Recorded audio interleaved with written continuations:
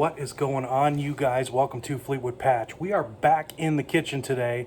I want to show you one of my favorite things to make straight from the garden, and that's garden salsa. One of my favorites. I can can this stuff and save it for months to come, or I can just dive right into it. It's very hard to resist, but I want to show you the recipe, so let me show you the ingredients we got. Let's get going. So we do have our garden fresh tomatoes, our garden fresh onions. I did throw in one of my banana peppers. That is also an Anaheim pepper. Now the Anaheim pepper and the green pepper I did end up getting from the store.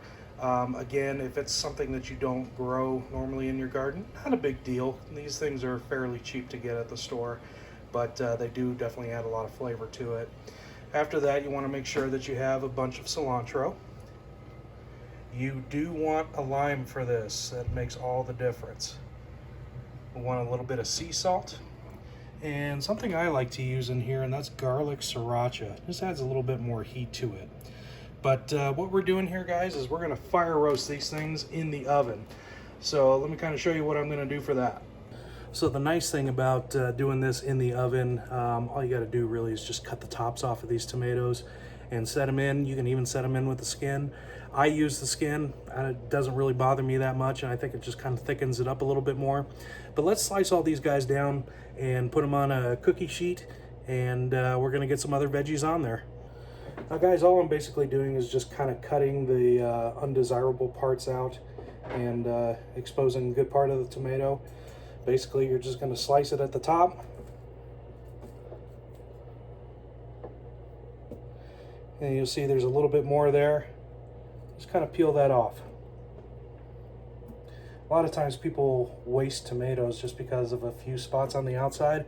It's kind of a waste. They're actually still good to go. Just cut out the part that's less desirable. Now, people ask sometimes, what kind of tomatoes do you use? Do you use beefsteak tomatoes? Do you use sauce tomatoes? Well, to be honest, guys, I like to use a little bit of both. A little bit of everything in there. So I do have some opalkas that I'm putting in here, some beefsteaks, some San Marzanos, which is a great sauce tomato. But what you want to do with these larger ones, just kind of cut them in half. That way they're getting scorched evenly, and you want these things fairly roasted. So I think I kind of underestimated how many tomatoes I actually had. It actually ended up filling up the entire tray. So we're just going to have to do something different, or maybe I'll just try to mix some of these veggies in on top and fit it in, which is exactly, I think, what I'm going to do. So once you got all your hot peppers and your onions and your tomatoes sliced up, you're going to kind of want to just put them all over the tray here. Now, if you notice, I kind of have the skins facing all up. We want that because we want it to blister. We want a little bit of that burn char look. Again, it's basically fire roasted salsa, so that's the kind of look we want. Now, just to give you a heads up, one of the things you do want to wait on, wait on the peppers, wait on the cilantro and the tomatoes. We will put that in after the fact.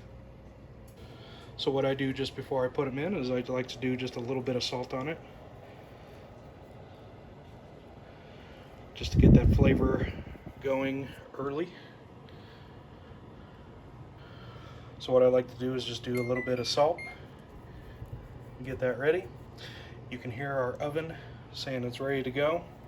So what I do is I put this in at 400 degrees, you guys. 400 degrees, skin side up. And while we got that cooking, I'm going to go ahead and chop up our fresh green peppers and our cilantro. And we're going to leave the lime and the garlic sriracha for very last. Alright, so we got all of our green peppers chopped up. One thing I forgot to mention, guys, very, very important, 2 cloves of garlic. It can be from your garden or store-bought, it doesn't matter. And just chop up that cilantro as well. You'll have your lime on standby, and we're going to wait for this to be done. Now, one trick I like to do once it starts to cook pretty well is I turn it off, and I like to hit the broiler on low. And that top burner will blister that skin nice and burnt, and we'll have that out shortly. So the tomatoes are just about done. I decided to put my hard ingredients that I chopped up at the bottom. I like to put the softer ingredients at the top. It just tends to mix a lot better, I think, that way. But let's get these tomatoes out. It smells so good. Now guys, if you're anything like me, you're probably not going to have enough room for all those tomatoes. Look how much I got left. But no problem guys, what we're going to do is we're literally just going to blend this up, and we're going to put it on a pot that's going to set on the countertop, and we're going to kind of let it simmer for just a little bit, and just kind of dry up a little bit more. Try to make it as thick as we can.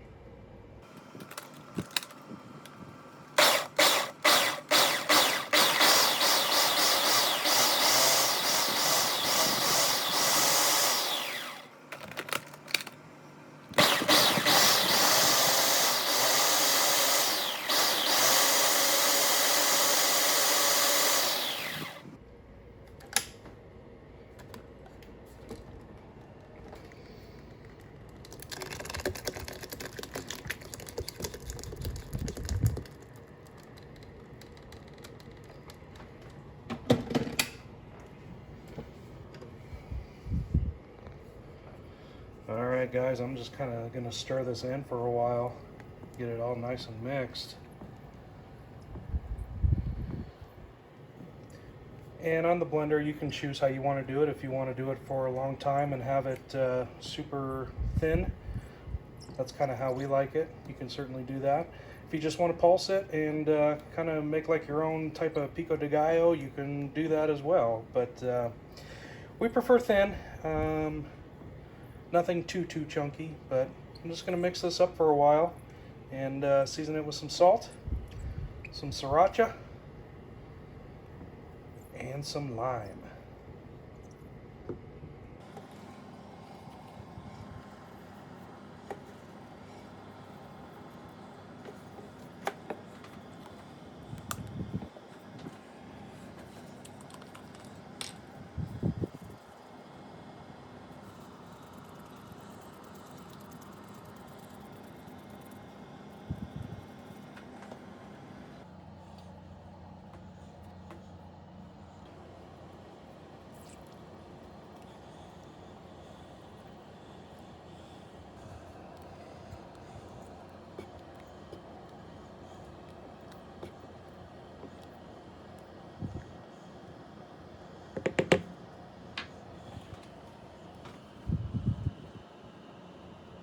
All right, you guys, that is it for today. I encourage you to try this recipe.